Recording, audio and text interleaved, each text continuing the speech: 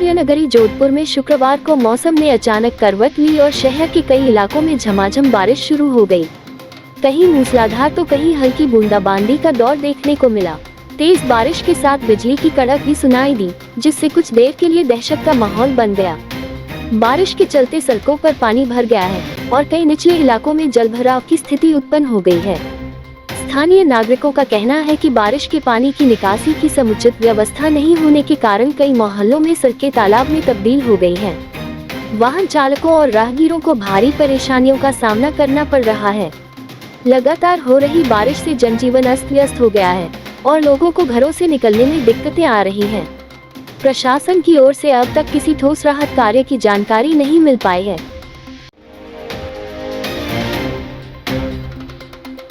All India anti terrorist front के अध्यक्ष MS. Bitta ने जोधपुर सर्किट हाउस में मीडिया से बातचीत की। एयर मार्शल के हालिया बयान पर प्रतिक्रिया देते हुए बिट्टा ने कहा कि ऑपरेशन सिंदूर के निचोड़ से यह स्पष्ट हुआ कि पाकिस्तान में जो ठिकाने थे वो डिफेंस एरिया, आतंकियों के अड्डे, गोला बारूद बनाने की फैक्ट्रियां और ट्रेनिंग कैंप, उन सबको हमने निशाना बनाया और तबाह किया। बिट्टा ने कहा कि इन्हीं ठिकानों पर आतंकियों को भारत के खिलाफ हिंसा, कश्मीर और पूरे देश में ब्लास्ट कराने की ट्रेनिंग दी जाती थी। उन्होंने वैष्णो देवी के रास्ते पर हुए हमले और पहलगाम जैसी घटनाओं का जिक्र करते हुए कहा कि इन घटनाओं के पीछे जिनको तैयार किया गया था, उनके ठिकानों, जेट और रक्षा ढांचों को क्षति पहुंचाकर उनकी ताकत को कम किया गया।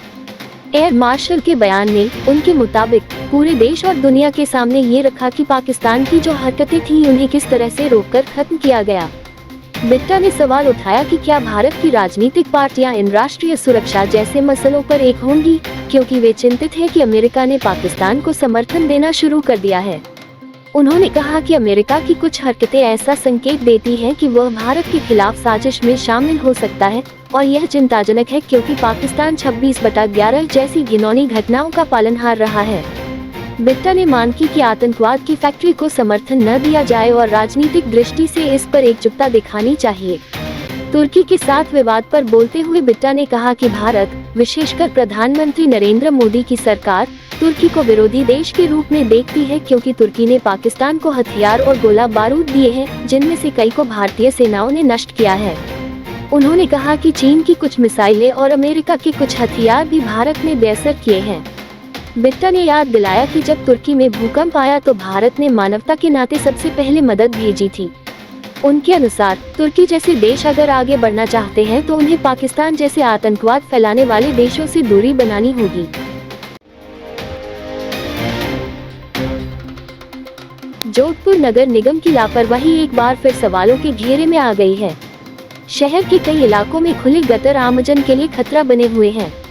ऐसी ही एक घटना हाथीराम ओडा क्षेत्र में सामने आई है, जहां एक चलता हुआ घोड़ा खुले गटर में गिर गया। स्थानीय लोगों ने तुरंत मदद का हाथ बढ़ाया और काफी मशक्कत के बाद घोड़े को बाहर निकाला जा सका। सौभाग्य से घोड़े को गंभीर चोट नहीं आई, लेकिन इस घटना ने नगर निगम की कार्यप्रणाली पर एक बार फिर सवाल खड़े कर दिए हैं। कई बार नगर निगम को शिकायत देने के बावजूद कोई कार्रवाई नहीं हुई। कई इलाके में कई जगह खुले पड़े गटर दुर्घटनाओं को न्योता दे रहे हैं। ये घटना बड़ी दुर्घटना में भी बदल सकती थी अगर आसपास लोग न होते। नगर निगम की अनदेखी का खामियाजा आमजन और अब जानवरों को भी भुगतना पड़ रहा है। समय रहते यदि उचित कदम नहीं उठाए गए तो ऐसी घटनाएं और बढ़ सकती हैं। स्थानीय लोगों ने मांग की है कि गटरों को तुरंत ढका जाए और जिम्मेदार अधिकारियों के खिलाफ कार्रवाई हो।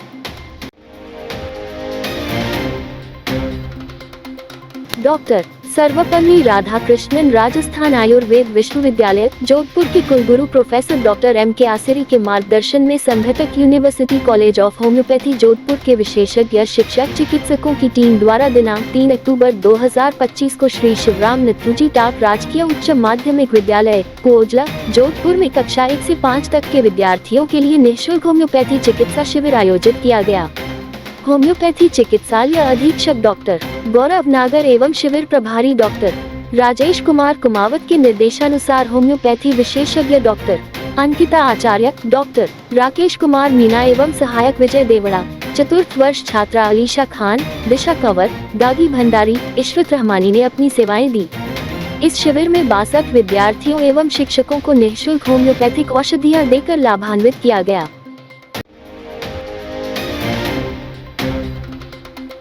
एक शाम माता के नाम कार्यक्रम का आयोजन रविवार को बावड़ी बेरा मगरा पूंजला पर आयोजित होगा। उसकी तैयारियां जोरों पर चल रही है।